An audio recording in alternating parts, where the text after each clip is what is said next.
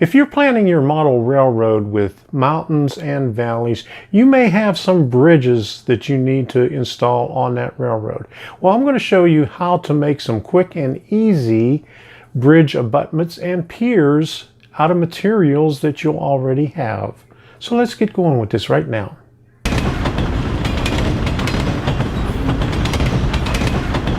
Welcome to Model Railroading for Beginners. In this episode, I'm going to show you how to make bridge piers and abutments from the materials that you already have. Now, some of them you may have to buy, but if you have some scrap lumber around, you could make them very easily, like this one right here. Here is a pier where I have two different type bridges butting up against each other. And I'm going to show you how we do this. You can find a lot of information in books from Kalmbach Publishing. I got this one. This one was published back in the early 90s. Model Railroad Bridges and Trestles. Now, I'm sure they have an updated version of this, but in here it shows you different types of bridges and trestles that you could use. And it also shows you how to make abutments and piers out of styrene and other materials in here. Well, I'm going to show you how to do it with wood. I'm going to have a deck bridge, and on this side is going to be a plate girder bridge. So the track is going to be up here, but the bridge structure on the one side is going to be above the track, and on the other side it's going to be below the track. So that's why we need a pier that has two different levels on it. I just got these two sheets of Chooch Enterprises flexible peel stick backing medium cut stone wall to match what I have over there. I'm going to put it on this right here. But before I do that, see how this is bent? It's been hanging up on the wall for a while. And so I might have to flatten this out and put some weight on here to straighten that out a bit. I've had this thing smashed down for well over 24 hours now, so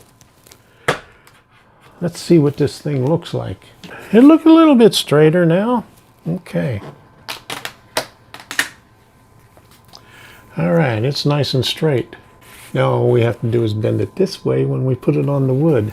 Now you're probably wondering why we would want to do that in the first place. I'm going to show you a few bridge abutments that I have that are pre-made. Now, they don't always fit exactly with the bridges you want, so you might have to do some modifications to them. But those are available on the bridge abutments and some bridge piers. And this one fits perfectly for the Atlas Bridge, which I had there. Now, here's the Central Valley Bridge that I built. And you can see the abutments on this side and the same thing on this side right here. What I did was put a temporary spacer underneath there because it didn't fit exactly. And that's what you're going to find with some of the manufactured pieces, that your bridge isn't going to fit exactly on there. Now, I tested out those micro engineering bridge feet, and they are exactly the right height to fit underneath there. So I'm going to place them underneath this bridge right here. Those are these right here. Now they come in 8 in a package. That's an old Atlas bridge. Took some manufactured stonework and cut it into place for that. So there's many different ways that you could get your bridges onto your scenery. Now these are $12.99 a piece at the hobby shop that I go to, Metro Trains and Hobbies, and I've been using these for years. There are other ones available that are three-dimensional. There's some plastic ones that I use way in the back here. It's almost the same, but it's made by Plastruct, and I used it on Tom's Machine Works, and I'll show you a picture of that one also. And I'll show you how easy it is to make it. You just have to measure, you know, what the different spaces are between the two bridges, and then cut your 1x4s or 1x3s, or even if you're doing it in N scale, you could take the 1/8 inch slats. I think they're 1/8 inch thick and maybe 1.5 inches wide, and make your abutments from that. I have these two bridge sections right here, and you can see they're at different levels. And what I did was I took a 1x4 and glued them together at the proper height.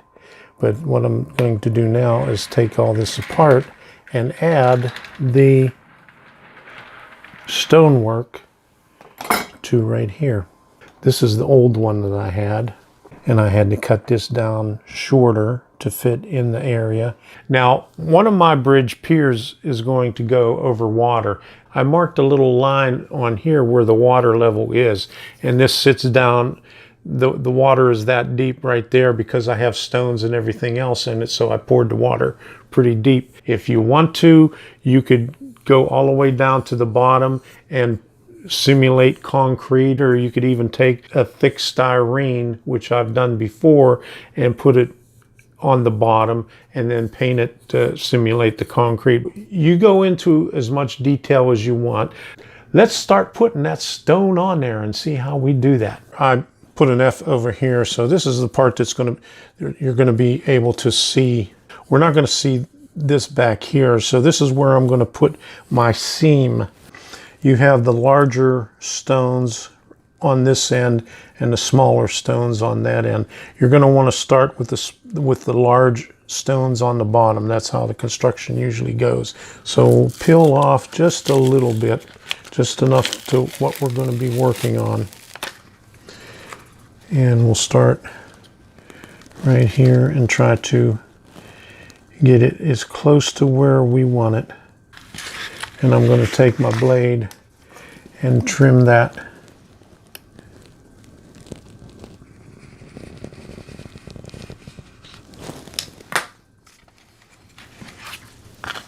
So we have a nice straight edge right there. Now we're going to peel a little bit more off of it and come around to the edge and try to keep it along the line. Get it as tight as we can.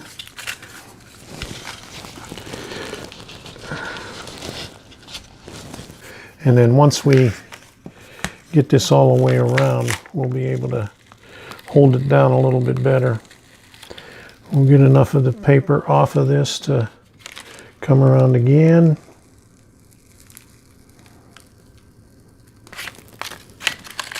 On this side, pull it tight.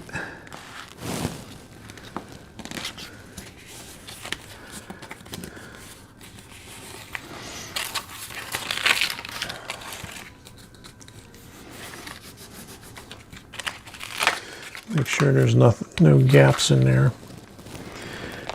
We'll bring it around like that.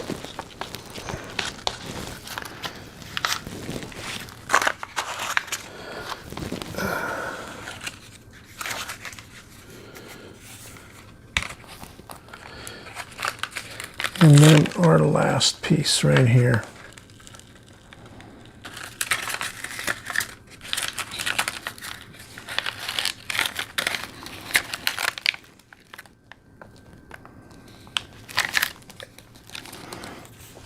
Okay, now that we have our last piece on there, or the last side, we're going to have to hold this tight, but we'll cut this last section off of here with the blade. And we'll cut it.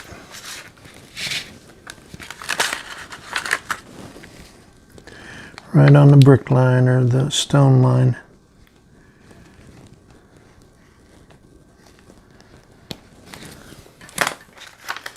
Okay.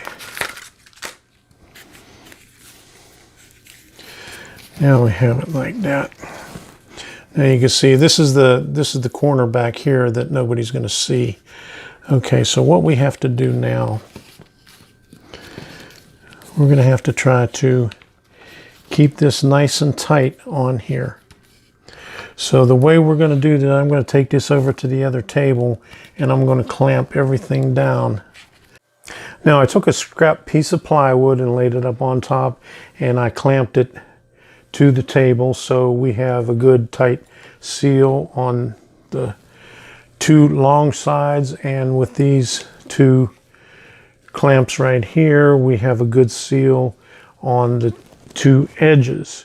So we'll let that sit overnight. Halfway through the process, I discovered the adhesive on the stonework did not hold, so I have to do it over again. And I'll show you how I applied it with some Gorilla Glue, which I had on hand. As you can see, the adhesive come off in all parts of this bridge pier that I made. There's one that I made nearly 3 years ago with no problems with it at all. And I'm going to have to do this over again, try my own adhesive.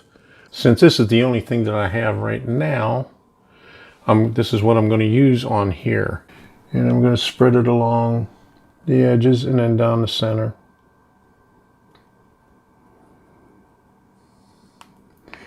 I'm going to do it in the center.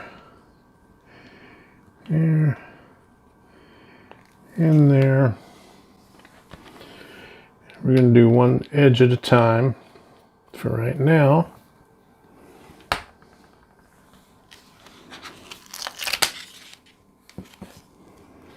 This is this edge right here, so we'll put this.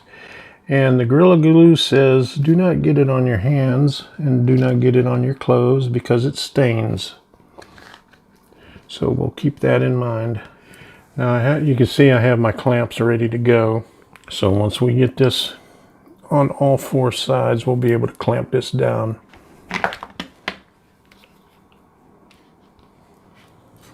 And then this piece right here. There we go. Then I could clamp these together. Okay, now you can see I have clamps on all the sides. I'm going to have to clean off the edges where the glue is. After about 2 hours under the clamps, I'm taking off the excess glue that seeped out, and all I have to do is just cut it with a blade on the edge, and then come over with the putty knife and just lift it up a little bit, and it just pops right off of there. And when I did on the edge, I had a lot that seeped out through here, so I just took the putty knife and went down like this. You can still see there's a little bit on the outside. So that looks a lot better than what the other one did that came apart with the adhesive. On the top layer, I'm going to cut the excess off before I start out. As you can recall, on the bottom, once I got started, I turned it over and then cut off the excess, but since this adhesive, I'm kind of worried about this adhesive on here also not sticking. So what I'm going to do is I'm going to measure this right here, and I'm going to cut off the excess and try to trim this before I put this on here. And I'm going to leave that like that just in case I need that for something. So now we have this. This is going to make it a little bit easier to work with. So what I'll do is I'll apply some glue here and here. Set this in place. Then I'll turn it over, apply some glue here, and then I'll clamp it down. Get these clamps off of here. And see what this looks like.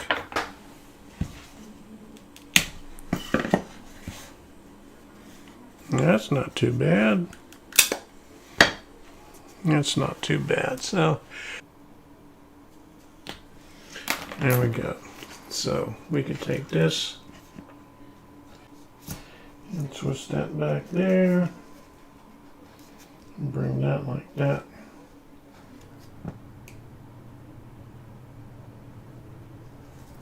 So what we'll do, add some glue here and glue there, and we'll be good to go. All right, let's take this one apart. Okay, there we go. We just got to clean out this over here. I cut some 40,000 strip styrene for this ledge and the top, 80,000 square styrene for the bottom. That's going to simulate the concrete right there. Now all I have to do is primer this and paint this to look like concrete. I use some gray primer on the styrene pieces that I'm going to use for concrete, and I'm going to paint them with 2 different shades of gray and some silver in there. What I did on here is the camouflage, the tan camouflage. I lightly coated this. I got the concrete here, and then I got concrete slabs up here. I gotta change the color just a little bit and weather it some, and we'll be ready to install it. So that's what it's going to look like right there. Before I permanently place the pier on the layout, I'm going to do some more weathering to it.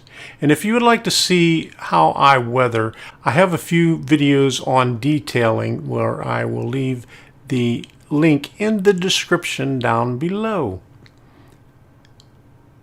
So until the next time, we'll see you.